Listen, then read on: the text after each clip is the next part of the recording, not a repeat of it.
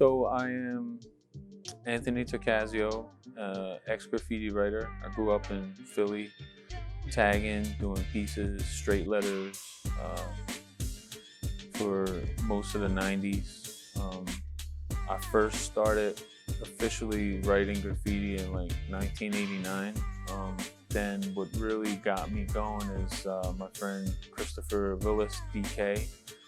He was pretty popular at the time and at a very young age as well. Who my major graffiti influences at the time when I first started was a bunch of like South Philly graffiti mostly. There was Pub and Zai, there was, still tags of Brass, the BSB, the Broad Street Bullies, Breeze. And when I was really getting into it and learning all these names and looking to meet all these people, I started out tagging. I always had I've always felt like an artist or, love creating stuff, but tagging was different, you know what I'm saying? And, he was getting rep, he was excited, he was breaking the law for real, you know what I mean? Like he was getting chased and fighting people, and it was awesome, man. You're a kid, you enjoy that stuff, especially in Philly. What brought me out of tagging was like always seeing Care, man. Like back in the early 90s, like Care was like a straight letter king. He had the blue line hemmed up, like he was that guy, man.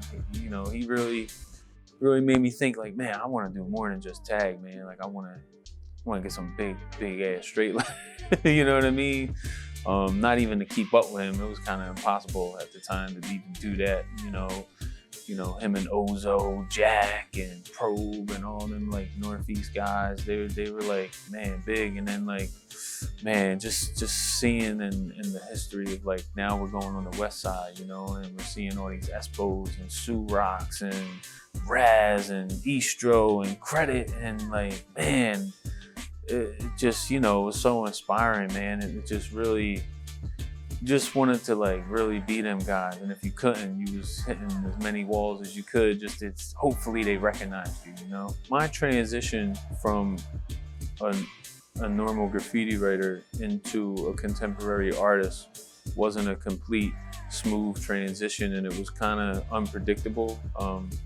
I didn't realize these things was possible because coming from the culture and in Philly, like there really wasn't possibilities. I mean, there was always Steve Espo who was doing productive things, positive things, and on the go and things like that. So like that stuff was cool and it was an inspiration, but like, my main focus was the streets. I was arrested 15 times for graffiti, for the love of it, for the addiction of it, for like just to tell the court system like, look, fuck you, this is who I am.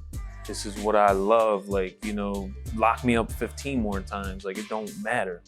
You know what I'm saying? My main transitioning from a normal person, graffiti writer, to a contemporary artist was, my daughter, just creating with her, trying to bond with her, and yeah, it was pretty simple, but it sparked a new fire in me, new passion, and I'm still able to use my preferred weapon of choice, which is spray paint.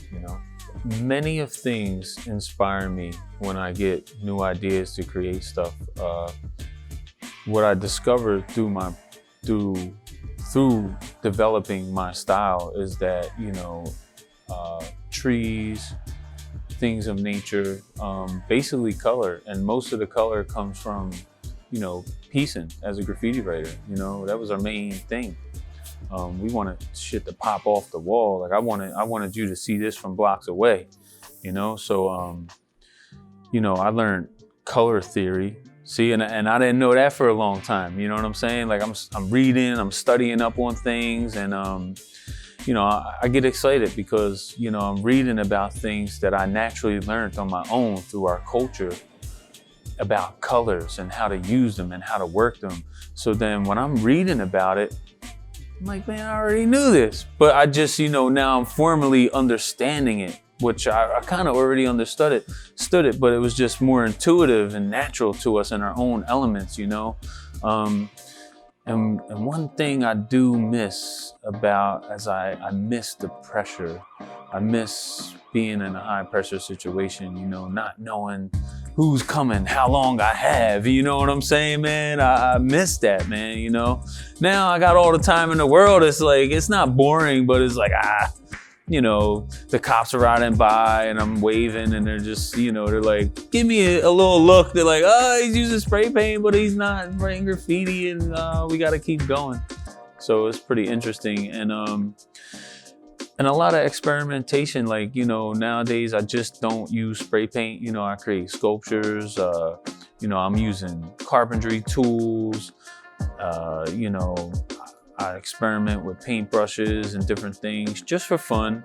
And I learned that I like trying new things that open up new doors in my mind as far as creativity goes. And, you know, inspiration's been coming from anywhere, really. I mean, it could be coming from conversations with other creatives, old friends, different opinions, different examples. So I'm excited to say that, you know, some of the public and some of my graffiti friends and, you know, people I grew up with and family, like, they could actually walk in the public and see my art now. You know, it's not just on canvases, you know.